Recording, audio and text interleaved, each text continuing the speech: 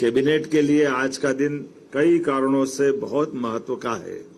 आज मध्य प्रदेश समान नागरिक संहिता 2026 के विधेयक का अनुमोदन कैबिनेट के माध्यम से हुआ है और ये मध्य प्रदेश निरसन विधेयक 2026 का अनुमोदन हमारे लिए राज्य के अंदर क्या राम क्या रहीम सबकी बराबरी का मौका देने वाला एक बड़ा नियम लग रहा है, जिसके कारण से हमने अपनी इस अधिनियम को लागू करने के पहले वैसे तो विधानसभा में एक्ट पारित हो जाता, लेकिन आम जनता से जुड़कर के बातें पहुंचाने के लिए लगभग 2 महीने पहले हमने अपनी समान नागरिक संहिता की लेकर के माननीय सुप्रीम कोर्ट की पूर्व न्यायाधीश रंजना देसाई जी की अध्यक्षता में कमेटी का गठन किया।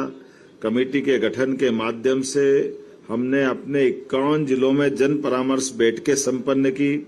10 संभाग में वो बैठकें हुई और भोपाल में भी राज्य स्तरीय परामर्श हुआ।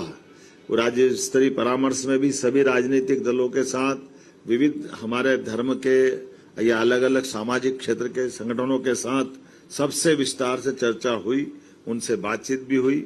और जैसा कि मैं आपकी जानकारी में है, जब हमने राजनीतिक दलों को बुलाया तो उसमें आप पार्टी, कम्युनिस्ट पार्टी सारे लोग आए, लेकिन नहीं आए तो कांग्रेस के लोग नहीं आए। पता नहीं कांग्रेस के लोगों को ये इस हिंदू मुसलमान के वोट में क्या दिखता है। उनके लिए एक देश एक निशान एक प्रधान पे सदैव दुविधा रहती है। कोई बात नहीं, उनकी वो जाने, हमारे लिए तो आगे बढ़ने का मौका है। हमने जब अपने सभी धर्मों की समानता के लिए आगे बढ़ने का संकल्प किया और ये भी उल्लेखनीय है कि जब रिपोर्ट सबमिट हुई और जानकारी आई तो उस जानकारी के रिकॉर्ड में एवरेज 80% से ज्यादा मुस्लिम बहनों ने इस नियम को लागू करने के लिए पक्ष में बात कही। ये भी हमारे लिए उल्लेखनीय है कि रिकॉर्डेड आंकड़ा 76% का है, लेकिन एवरेज 80% मुस्लिम बहनों ने कहा कि एक समान कानून लगना चाहिए और 40% मुस्लिम भाइयों ने भी कहा है। नामजद भी आकर के बैठकों में इस बात को कोट किया कि ये हमारे लिए कानून लगना चाहिए।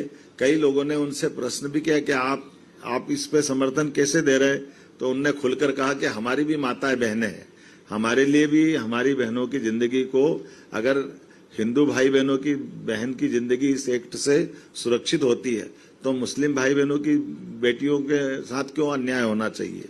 ऐसे करके सभी क्षेत्रों में सभी प्रकार से एक बात उल्लेखनीय है कि हमारे द्वारा इसमें लगभग 3.49 करोड़ SMS भी भेजे गए।